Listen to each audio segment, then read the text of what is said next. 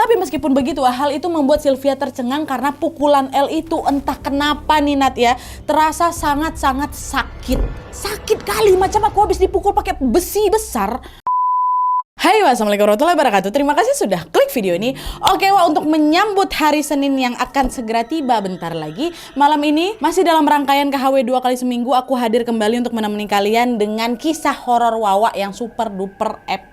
Berbeda dari KHW-KHW biasanya, kisah yang akan aku ceritakan malam ini berasal dari suatu negara nun jauh di sana, yaitu Arab Saudi. Go internasional KHW kita nih. Arab Saudi yang selalu menjadi tujuan beribadah bagi seluruh umat muslim di dunia ini ternyata juga menyimpan kisah-kisah mistis di dalamnya. Nah, hal itulah yang dialami oleh Wawa kita ketika sedang beribadah umroh di sana, Tapi kejadian mistis ini sebenarnya bukan peristiwa menyeramkan penuh hantu macam KHW-KHW kita biasanya. Meskipun membuat bulu kuduk kita merinding, kisah ini juga membuat banyak sekali pelajaran yang menjadi titik baliknya Wawa dalam beribadah. Yang tadinya malas-malasannya jadi lebih rajin gitulah. Nah, penasaran kalian apa yang sebenarnya dialamin sama Wawa kita ketika beribadah di sana? Tanpa berlama-lama kita langsung masuk aja ke ceritanya, ya. Check it out.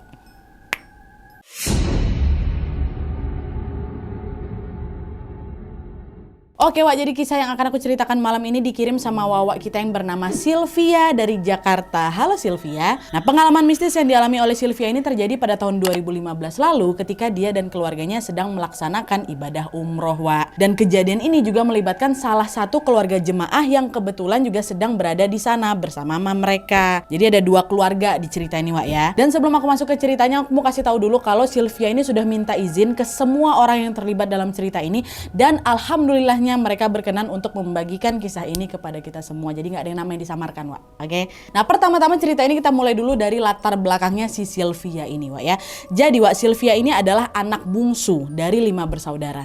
Dia ini terlahir dari keluarga yang bisa dibilang sangat-sangat berada. Papa sama mamanya nih merupakan seorang pebisnis maju gitu. Papaku punya banyak kali relasi di luar negeri, nah dia dan mamaku nih juga punya bisnis di Mesir. Keempat kakaknya Sylvia ini memiliki karir yang bagus, Ada yang jadi pilot, polisi, dokter, dan abangnya nomor 4 namanya Bang Ardian ini baru saja menyelesaikan studinya di Italia. Sementara 3 kakak tertuanya ini udah pada nikah semua dan mereka pun hidup bahagia dengan keluarga barunya dan tentunya juga dalam kondisi yang sama-sama sangat berkecukupan.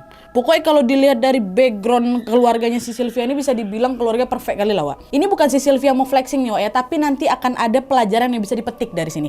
Nah, sayangnya, kondisi keluarga yang sangat sempurna itu berbanding terbalik nih dengan karakternya si Sylvia. Pada saat itu Sylvia ini baru saja berusia 12 tahun, di tahun 2015 itu ya. Dia ini baru aja lulus SD. Nah, dia bilang latar belakang keluarganya yang sangat berkecukupan itu membuat dia tumbuh menjadi anak yang sangat manja. Sebagai anak bungsu dari keluarga yang kaya pula, si Sylvia ini cenderung suka berbuat seenaknya. Aku keras kepala, Nadia, aku arogan, dan bahkan semua keinginanku tuh harus dituruti. Dan parahnya lagi, sifat-sifat buruknya itu pun juga sampai dibawa ke sekolah gitu loh. Dimana si Sylvia kalau di sekolah ya, Sylvia ini tidak segan-segan untuk membuli teman-temannya. Kayak gitu aku dulu, Nadia. Nah, itulah sifat buruknya si Sylvia nih, ya. Nah, singkat cerita, pada bulan Juni tahun 2015 ini, papanya Sylvia tiba-tiba mengajak mereka sekeluarga untuk pergi umroh. Tapi gegara waktu itu ketiga kakaknya udah pada menikah dan hidup terpisah dengan mereka, alhasil yang bisa ikut umroh ya cuma 4 orang aja.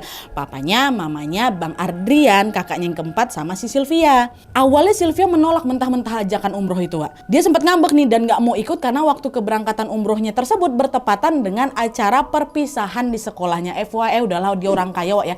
Sekolah Sylvia ini termasuk sekolah-sekolah elit-elit gitulah. Dan setiap tahun di acara kelulusan siswa untuk merayakan perpisahan mereka ini akan bersama-sama liburan ke salah satu destinasi wisata di luar negeri. Nah, Sylvia pengen kali ikut liburan itu, Secara perpisahan jalan-jalan pula ke luar negeri kan. Itulah kenapa dia gak mau ikut umroh nih. Mamanya terus lah bujuk Sylvia kan supaya dia mau ikut umroh. Mamanya bilang, "Dek, kapan lagi kita umroh sama-sama? Udahlah ikut aja ya, Nak, ya." "Tapi acara perpisahan sekolah Dek gimana, Mama? Masa iya Dek gak ikut?" "Ya gak apa-apa, itu kan acara sekolah. Kalau umroh kan ibadah, Dek." Ini yang ngajak Papa loh, Dek berani ngelawan Papa. Nah, mendengar hal itu seketika Sylvia terdiam, gak berani jawab dia. Karena meskipun dia cenderung bandel, sebenarnya Sylvia ini takut kali sama bapaknya. Dan karena dia gak mau kena marah ataupun dihukum sama papanya, akhirnya ya udahlah Sylvia mau nggak mau bilang oke, kalau gitu adek ikut umroh.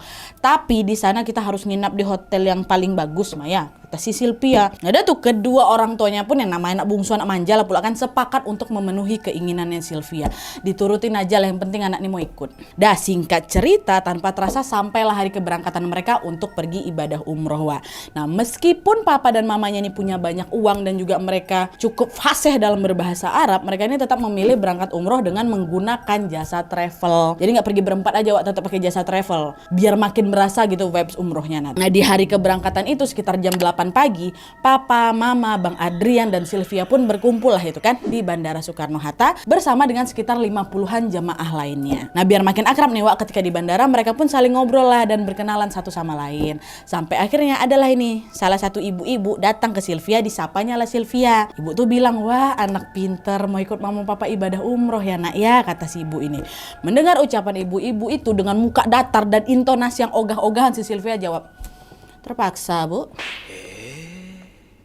Nah jawaban Sylvia yang gak sopan tadi langsung ditanggapin lah sama mamanya. Dengan tegas mamanya bilang, adek kau nih gak boleh ngomong kayak gitu. Ya memang terpaksa kok aku berangkatnya mah. Itu kata, yang gak boleh ngomong kayak gitu. Udah fokus aja sama tujuan ibadah ya nak ya, katanya. Nah teguran mamanya Sylvia ini pun buat Sylvia ini jadi ngambek, Wak. Tapi dia gak bisa melakukan apa-apa sehingga ia hanya terpaksa diam dan melanjutkan perjalanan. Udah ogah-ogahan dia di berangkat umroh memang, Wak. Nah akhirnya jadwal penerbangan mereka pun tiba. Seluruh rombongan segera masuk ke pesawat untuk melanjutkan penerbangan panjang menuju ke kota Jeddah. Bagi Sylvia, Wak, yang waktu itu moodnya udah terlanjur jeleknya, perjalanan 12 jam menuju ke Jeddah ini terasa panjang kalian, ada membosankan sekali. Selama di pesawat dia hanya menghabiskan waktunya untuk bermain tab dan juga tidur. Hingga akhirnya ketika mendekati waktu subuh, pesawat mereka pun mendaratlah di Bandara King Abdul Aziz Jeddah. Dan setelah dari bandara, mereka pun langsung lanjut, Wak, naik bus menuju ke Madinah langsung. Di sana Sylvia dan keluarganya begitu pula dengan rombongan jemaah yang lain akan beristirahat terlebih dahulu di hotel masing-masing.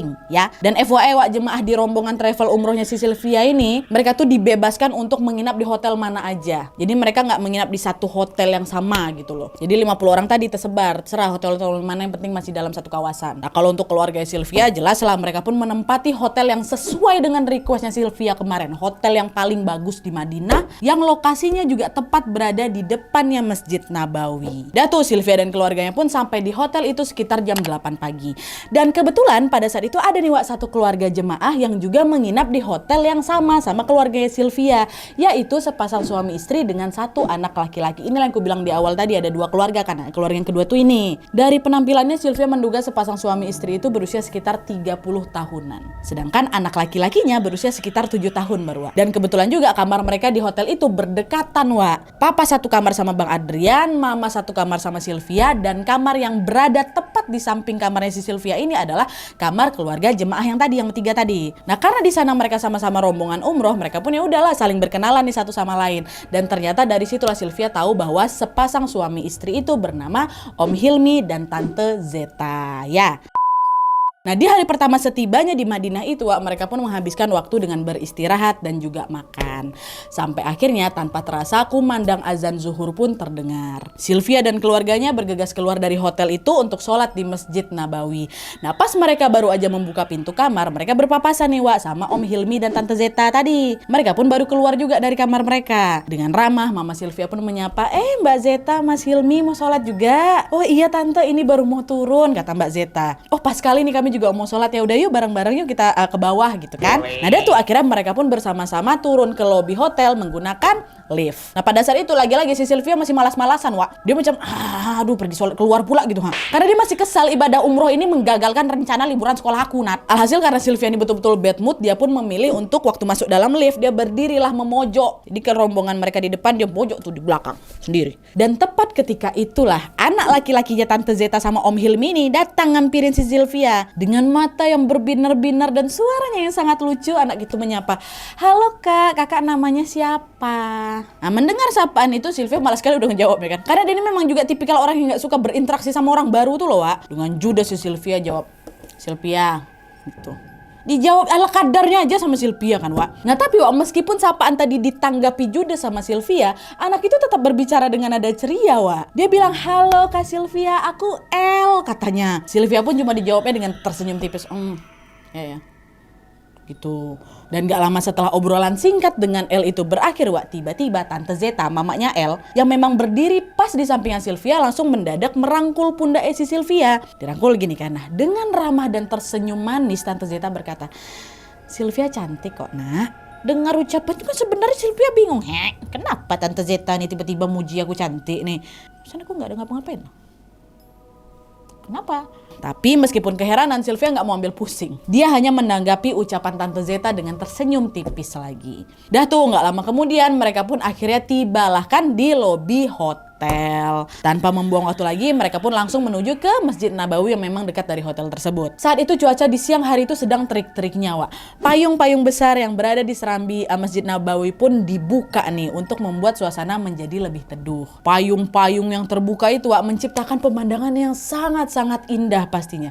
Seketika orang-orang yang ada di sana pun berdecak kagum sambil mengucap Masya Allah, ya Allah, indahnya gitu kan. Di saat yang bersamaan ada juga nih, Wak, banyak jemaah yang sudah mulai bersiap-siap untuk sholat. Ada juga anak-anak kecil yang berlarian dengan riang gembira di serambi masjid, termasuk salah satunya adalah L, anaknya Om Hilmi sama Tante Zeta tadi kan, ikut lari-larian dia di situ. Nah, pemandangan orang-orang yang sedang sholat ditambah lagi dengan keceriaan anak-anak itu tentunya membuat suasana pun semakin syahdu kali di situ, karena aku aja ngebayanginnya merinding. Lagi dan lagi untuk kesekian kalinya mereka semua berdecak kagum. Masya Allah, Allahu Akbar. Nah tapi aduh, ketika banyak sekali orang sedang terkagum-kagum nih dengan keindahan Masya Allahnya Masjid Nabawi, anehnya si Sylvia nih masih aja ngerasa malas-malasan berada di situ, Wak. Keindahan Masjid Nabawi itu tetap nggak mampu menyentuh hatinya si Sylvia. Bahkan ya, Wak, ya, ketika mendengar keluarga dan para jemaah yang sedari tadi selalu mengucap syukur itu, Sylvia cuma nengok mereka dengan tatapan sinis sambil ngebatin, "Nah, pasti kalian lebay kali orang-orang ini. Perasaan biasa-biasa aja, Bun." Dan kalian tahu, Wak, tepat setelah dia mengucapkan hal itu dalam hatinya, gak lama kemudian Sylvia dikejutkan dengan sesuatu yang sangat janggal.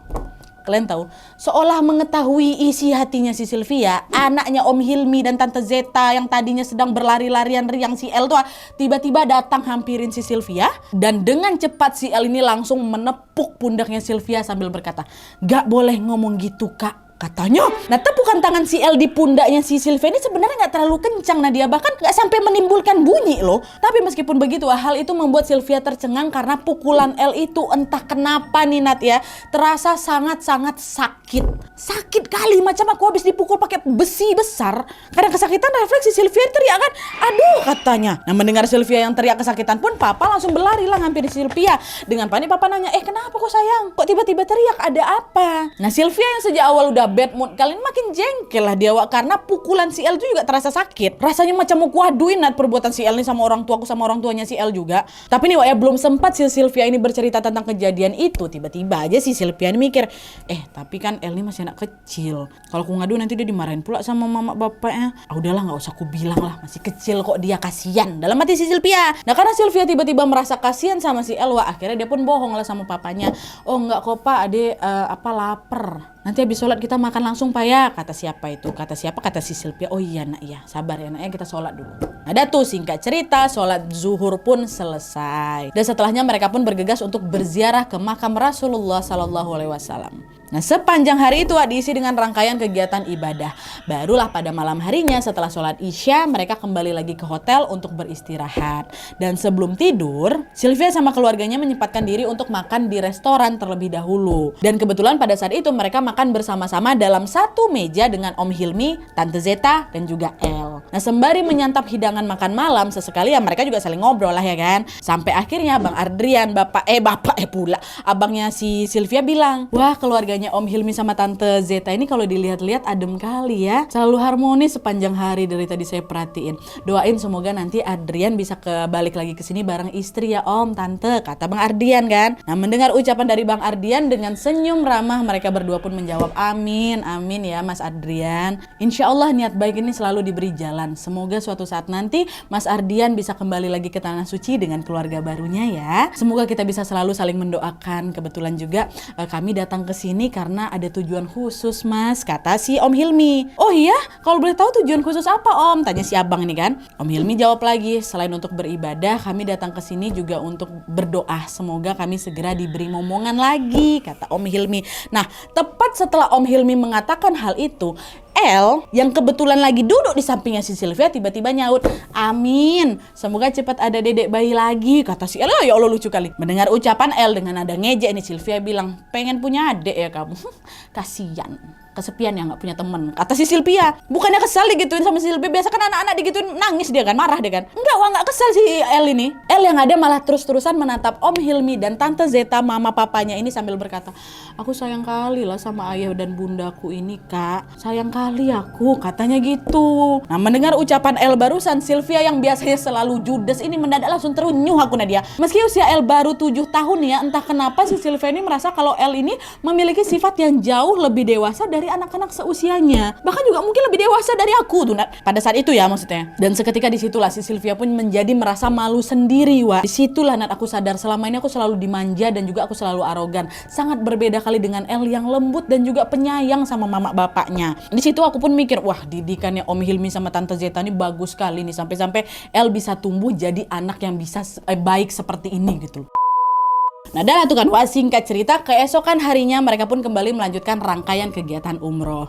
Bersama dengan rombongan jemaah yang lain, di hari itu mereka mendatangi banyak sekali tempat-tempat suci bersejarah dan juga sesekali pergi berbelanja, shopping. Nah selama mengikuti seluruh kegiatan itu, Sylvia ini selalu pergi sama si Elwa. Selain karena Sylvia ini malas berkenalan dengan anak-anak yang lain, Sylvia ini juga sudah merasa nyaman kali dengan keberadaannya si El. Pokoknya kemana-mana pun mereka selalu berdua, udah makin akrab kali lah ceritanya. Nah tapi meskipun makin lama si Sylvia ini makin akrab dengan El, moodnya juga udah makin bagus, sebenarnya ada sesuatu yang mengganggu si Sylvia Wak. Ingat kan kalian tadi di awal aku sempat cerita kalau si El ini sempat menepuk pundak Sylvia yang walaupun tepukannya pelan tapi terasa sakit kali itu kan. Nah ternyata Wak, berhari-hari kemudian rasa sakit di pundak Sylvia ini belum juga hilang. Tapi karena posisinya ada di pundak, which is di bagian belakang ini, Sylvia itu jadi nggak bisa ngecek itu loh, sebenarnya pundak aku ini kenapa kok nggak hilang-hilang sakitnya. Hingga akhirnya pada malam itu setelah mereka semua kembali ke hotel, setelah mandi Sylvia langsung ngebatin, ini pundakku ngapa nih ya, perasaan kemarin si El nepuknya pelan lah, tapi kok sakitnya belum hilang sampai sekarang. Cobalah aku tengok, kata dia gitu.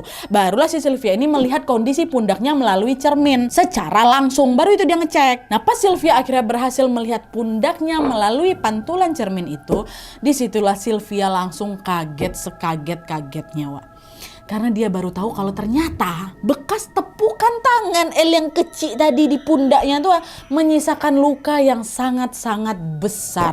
Luka itu berupa memar lebam berwarna biru dan bahkan ada macam sedikit bekas darah kering tuh loh Nat di situ. Betul-betul macam aku habis dipukul sama besi besar, macam dicambuk lah gitu. Nah melihat ada bekas luka sebesar itu di punggungnya si Sylvia Wak, Sylvia langsung mikir, ini udah keterlaluan si El nih. Di situ Sylvia nggak teriak atau marah-marah Wak, tapi dia ini berencana kalau ya udahlah besok pagi sebelum kami berangkat ke Mekah, aku akan mengadukan perbuatan El ini ke mama bapaknya, ke Om Hilmi dan Tante Zeta. Tapi karena Sylvia ini juga nggak mau si El dimarahin sama orang tuanya Wak, dia pun berniat untuk menceritakan hal itu dengan baik-baik, nggak langsung marah-marah, dia nggak mau mencak-mencak. Dia kan udah bestie sebenarnya sama si El kan, tapi perbuatan El ini udah agak keterlaluan. Nah dia sampai luka kayak gitu punggung aku. Dah tuh singkat cerita, keesokan paginya mereka pun bersiap menunggu bus di lobi hotel sambil makan snack, kan mau pergi ke Mekah nih. Dan di situ Sylvia merasa bahwa itu adalah momen yang tepat untuk menceritakan kejadian El yang sudah memukulinya kemarin. Tapi anehnya Wak, pada saat itu El lagi nggak ada di situ, nggak ada di lobi itu, cuman ada Om Hilmi sama Tante Zeta aja. El entah pergi kemana. Di situ aku sempat ngebatin dia, anak ini udah tahu kalau mau kuaduin kelakuannya mungkin ya, bisa-bisanya dia malah hilang duluan kan. Tapi meskipun El nggak ada di sana Wak, hal itu nggak membuat si Sylvia mengurungkan niatnya untuk melaporkan kejadian itu atau perbuatan El ke orang tuanya, ke Om Hilmi dan Tante Zeta. Dahlah pergilah dia nyamperin mereka berdua dengan sopan. Sylvia berkata, permisi Om, Tante, maaf ada yang mau Sylvia sampaikan. Melihat kedatangan Sylvia, Om Hilmi sama Tante Zeta pun menyambut dengan ramah. Iya Dek Sylvia, ada apa? Mau bilang apa? Gini Om, Tante, udah beberapa hari ini pundaknya Sylvia sakit kali rasanya. Semalam waktu dicek ternyata ada bekas luka lebam di situ. Sylvia juga bingung sih Om Tante kenapa bisa jadi kayak gini. Tapi yang jelas awalnya ini karena kemarin pundak Sylvia ini sempat dipukul sama El. Kira-kira Om dan Tante belum sempat lagi Sylvia melanjutkan kalimatnya, Wak. Tiba-tiba Tante Zeta terkejut ya. Dan seketika langsung berdiri dan menggebrak meja kecil yang ada di depan mereka sambil teriak, "Kamu bilang apa tadi?" Sylvia yang kaget melihat perubahan sikap Tante Zeta pun dengan panik jawab, "Ini Tante, kemarin El." "Kamu bilang apa tadi?" "El Tante, kamu bilang El anak aku," kata.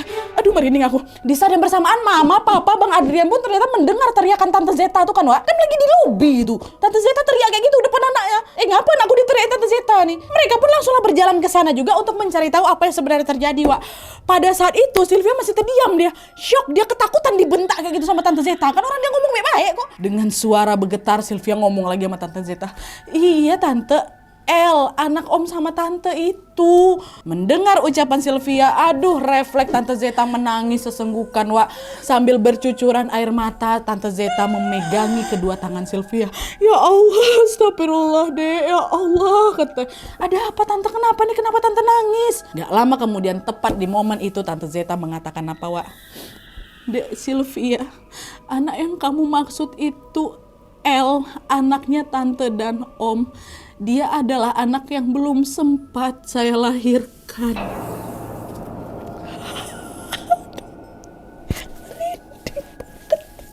Aduh mau nangis. "Dia adalah anak yang belum sempat saya lahirkan," kata Tante Zeta, Wak. Mendengar ucapan Tante Zeta seketika Sylvia langsung lemas. Aku sampai gak kuat berdiri lagi, Nadia. Dengan lirih Sylvia berkata, "Gimana nih maksud Tante? Selama ini aku sama El selalu di sini loh Tante. Kita kemana-mana berdua." Bang Ardian yang ada di sana langsung jawab, "Berdua sama siapa kamu, Dek? Selama ini kamu tuh selalu sendiri." "Gimana sih Bang? Jelas-jelas ada anak kecil namanya El, umurnya 7 tahun. Mama Papa juga bisa lihat kan kalau adik itu selalu sama saya, selalu sama aku, Ma." "Gak ada, Dek," kata Mama Papa. "Gak ada." "Betul," kata Bang Adrian, "selama ini adik selalu sendirian. Memang beberapa kali Papa suka ngelihat adik tuh ngomong sendiri." Nah, semua informasi itu buat Sylvia speechless, Wak. Kalian lah coba di posisi Sylvia tuh macam mana? Bukan speechless lagi, terbengong pasti kan. Dan untuk menenangkan suasana, Papa pun meminta mereka semua untuk duduk dan menenangkan diri masing-masing. Di situ dah lah Tante Zeta masih terus menangis sambil memeluk suaminya Om Hilmi. Dari wajahnya tampak jelas kalau mereka sedang sangat rindu dan merasa kehilangan. Nggak Tante Zeta aja menangis, Om Hilmi pun menangis. Dan setelah agak mulai tenang nih, Wak, ya, Tante Zeta pun baru menghampiri Sylvia sambil berkata, "Dek Sylvia, waktu kamu di lift itu apa betul?" Tante Zeta udah gak sanggup lagi melanjutkan kalimatnya. Tapi dari kalimat yang menggantung itu, ingatan Sylvia langsunglah balik lagi ke momen ketika dia sama El bertegur sapa pertama kali di mana? Di dalam lift. Beberapa hari yang lalu waktu aja menginjakkan kaki di Madinah. Ya kan? Yang tiba-tiba Tante Zeta muji dia cantik tuh loh, ah. Disitulah baru Sylvia bilang, waktu di lift itu Sylvia sempat bingung. Kenapa kok Tante Zeta tiba-tiba bilang Sylvia cantik? Waktu itu Sylvia bukan lagi senyum ke kaca, Tante. Tapi Sylvia lagi senyum ke El yang senyum dia tipis tuh, ah. "Ya Allah, Dek. Tante kira waktu itu Dek Sylvia lagi bercermin. Ternyata lagi ngobrol sama anak Tante ya." Katanya Tante Zeta adalah tuh menangis terus. Setelah dia nangis, ditenangin sama suaminya. Dan setelah betul-betul tenang, akhirnya Tante Zeta pun menceritakan kisah yang sebenarnya terjadi sama El. Nah jadi Wak, nih Wak ya, sebenarnya El ini adalah calon anak sulungnya Om Hilmi dan Tante Zeta. Tapi sebelum sempat dilahirkan, sayangnya El meninggal ketika masih di dalam kandungan. Dan peristiwa itu terjadi sekitar 7 tahun yang lalu. Pas sekali waktunya, Wak. Kan Sylvia juga lihatnya di si El ini berusia 7 tahun kan. Tapi nih Wak ya, meskipun El ini belum sempat dilahirkan, Om Hilmi sama Tante Zeta sudah menyiapkan nama lengkap untuk El, yaitu Al-Bakhari El Fatan. Dipanggil El. Nama asli nih, Wak. Al-Bakhari El Fatan. Masya Allah. Dan setelah Sylvia mengetahui kalau misalnya El yang dia lihat selama ini ternyata bukan manusia, dia pun seketika langsung teringat dengan momen-momen kebersamaan mereka beberapa waktu lalu, Wak. Termasuk momen ketika mereka sedang makan malam bersama tuh, ingat kalian kan? Waktu mereka lagi makan malam bersama kan Om Hilmi sama Tante Zeta sempat bilang tuh kalau mereka kalau mereka umroh karena mau berdoa agar diberi momongan lagi kan. Di situ El kan juga mendoakan hal yang sama kan, Wak. Dia memang berharap semoga ada dedek bayi lagi. Nah awalnya Sylvia ini mengira kalau El mengatakan hal itu karena memang dia pengen punya adik baru lagi. Tapi ternyata El mendoakan hal itu karena dia berharap Allah segera mengirimkan adik-adiknya ke dunia untuk menemani ayah dan bundanya yang sudah kehilangan dia. El ini sangat sayang kali Wak sama orang tuanya. El ingin kedua orang tuanya bisa berbahagia kembali dengan kehadiran adik-adiknya El. Dan setelah mengingat momen itu sambil menangis, Sylvia ini pun berkata lah sama Om Hilmi sama Tante Zeta kan. Dia bilang, Tante, Om, waktu kita makan malam bersama tempo hari itu, El sempat bilang kalau dia sayang kali sama Om dan Tante. Ketika dia ngomong kayak gitu, aku sayang kali sama ayah bunda. Katanya, Allah aku gak bisa kayak gini. El sayang kali sama ayah sama bunda gitu. Dia tatap muka Om, dia senyum gitu lihat muka Tante, katanya macam mana gak meraung mama gitu kan tua. El juga berdoa kok semoga adik-adiknya segera lahir, Om sama Tante sabar ya, kata si Sylvia. Mendengar ucapan Sylvia seketika Om Hilmi dan Tante Zita pun langsung menangis sambil tersenyum. Mereka bilang, Masya Allah Dek Sylvia, kalau El memang ditakdirkan hidup pasti dia senang kali bisa ketemu kamu, kata mereka. Iya Tante, Sylvia juga senang sekali bisa berkenalan sama El. Aku minta maaf ya Om, Tante, kalau selama kita ketemu kemarin mungkin banyak sekali sikap Sylvia yang kurang sopan sama kalian berdua. Mungkin juga keberadaan El kemarin juga sekaligus jadi cara Allah untuk menegur Sylvia. Tolong maafin Sylvia ya Om, Tante, kata Sylvia. Tobat aku setelah itu Nat. Dan tepat setelah Sylvia mengatakan hal barusan tuh, sebuah keajaiban lain tiba-tiba terjadi Nat, katanya. Kalian tahu, luka memar di pundaknya Sylvia tiba-tiba menghilang. Dia tidak lagi merasakan sakit di pundaknya. Dan bertepatan dengan luka memarnya yang menghilang itu, secara mengejutkan Sylvia juga mendadak lupa bagaimana wajah El. Tiba-tiba lupa, celing hilang, aneh. Langsung lupa Nat. Kau suruh aku deskripsikan gimana wajahnya sekarang, nggak bisa, aku lupa, aku dibuat lupa gitu loh. Sylvia hanya ingat bagaimana postur tubuhnya El. El ini sedikit lebih pendek memang dari dia, tapi kulitnya putih bersih. Tapi bagaimana rupa wajahnya Sylvia sama sekali nggak ingat. Seolah-olah sebelumnya tuh mereka nggak pernah ketemu aja. Nah Sylvia menduga, ini dugaan Sylvia ya, mungkin sosok El yang selama ini menemani dia di sana itu adalah jin yang menyerupai manusia. Tapi bagaimanapun itu hanyalah dugaannya siapa, si Sylvia, wallahu alam juga Nadia. Hanya Allah lah yang maha mengetahui tentang segala sesuatu, ya kan? Dan meskipun hanya pertemuan singkat, yang jelas pertemuannya dengan El itu sangat-sangat membekas dalam hati aku Nadia. Sebuah pertemuan yang membawa banyak sekali pelajaran besar bagi Sylvia dan juga untuk kita semua. Oke Wak, jadi itu tadi pengalaman mistis yang dialami oleh Sylvia ketika umroh. Sebenarnya masih ada juga sih Wak beberapa kejadian lain yang juga dialami sama Sylvia selama di sana. Ini sebelum videonya kita akhiri, aku ceritain satu kejadian aja nih Wak ya. Jadi nih pernah pada suatu hari ketika sedang di perjalanan untuk pergi beribadah, Sylvia yang bosan milih dengerin lagu nih Wak pakai headset. Lagu bukan murotal Wak, lagu. Nah tapi anehnya pas dia lagi dengerin lagu ini Wak, yang Sylvia dengar malah keramaian orang-orang yang lagi mengaji. Ramai kali suaranya, sampai suara lagu aku tak terdengar. Karena heran, Sylvia pun dilepaskan headsetnya kan Wak. Tapi pada saat headsetnya dilepas, seketika suara orang yang mengaji yang ramai kali itu hilang juga. Sylvia pasang lagi headsetnya kan untuk mendengarkan lagu itu. Dan kalian tahu apa yang si Sylvia dengar untuk kedua kalinya nih? Orang ngaji dia enggak. Secara mengejutkan Sylvia mendengar ada suara yang berteriak, kafir, kafir, kafir, kata gitu. Dengar suara itu, dah lah tuh nggak tahu aku lagi ditegurin ya, astagfirullahaladzim. Akhirnya dia pun langsung mematikan lagu yang sedang dia dengarkan dan langsung segera membuka aplikasi Al-Quran. Langsung baca Al-Quran, nggak jadi kulanjutkan dengerin apa itu, dengerin lagu. Kau. Dan sebenarnya ada juga beberapa teguran-teguran selama dia umroh itu, Wak, cuman nggak diceritain semuanya sama si Sylvia di sini. Yang jelas semua kejadian itu sangat-sangat membekas dalam benaknya dan betul-betul menjadi titik balik yang membuat si Sylvia ini berubah, Wak. Sejak saat itu perlahan-lahan sifat Sylvia semakin membaik lagi dan dia juga semakin menjadi rajin beribadah. Dan selain itu sampai hari ini Sylvia juga masih selalu mengenang pertemuannya dengan El. Meski kejadian itu bisa dibilang sangat janggal, tapi nyatanya memang kejadian itu atau kejadian seperti ini sering sekali terjadi di tanah suci. Betul-betul bukti kebesaran Allah Subhanahu wa taala. Aduh, aku jadi ingat abangku. Boleh lah aku cerita dikit ya Wak ya. Jadi kan ibuku tuh berangkat haji kan tahun ini alhamdulillah. Gantiin papaku yang harusnya berangkat kan papaku. Tapi kan Dedi udah meninggal, Mami gantiin. Nah waktu di sana Mami sekalian umrohin Dedi, umrohin abang. Nah pas waktu umrohin abang, besoknya Mami mau pergi lagi, mau tawaf lagi gitu, naik shuttle dari dari hotelnya. Waktu di shuttle itu Mami duduk, terus kan semua pada pakai baju haji tuh Wak, pakai gamis putih-putih semua kan. Nah tiba-tiba Mami lihat dekat pintu shuttle itu ada laki-laki berdiri nih. Dia nggak pakai ihram, Wak. Aduh mau nangis. Ada laki-laki berdiri ngadep Mami. Jauh, nggak deket banget, tapi Mami lihat itu tuh mirip abangku, mirip anak pertamanya dia. Dia ngadep Mami, dia nggak pakai baju ihram, dia pakai setelan abang. Jadi cuma pakai kaos hitam, pakai celana jeans, pakai sling bag. Dia kan berewokan, kacamata. Dilihat Mami gitu kan ngucap. Mami mau foto, niat mau ngirimin ke kami. Waktu Mami mau foto hilang, Wak. Itu dia hitam. Mami celinguk kemana-mana, nggak ada yang si baju hitam itu lagi. Dan itu lagi jalan ya, nggak berhenti bus itu.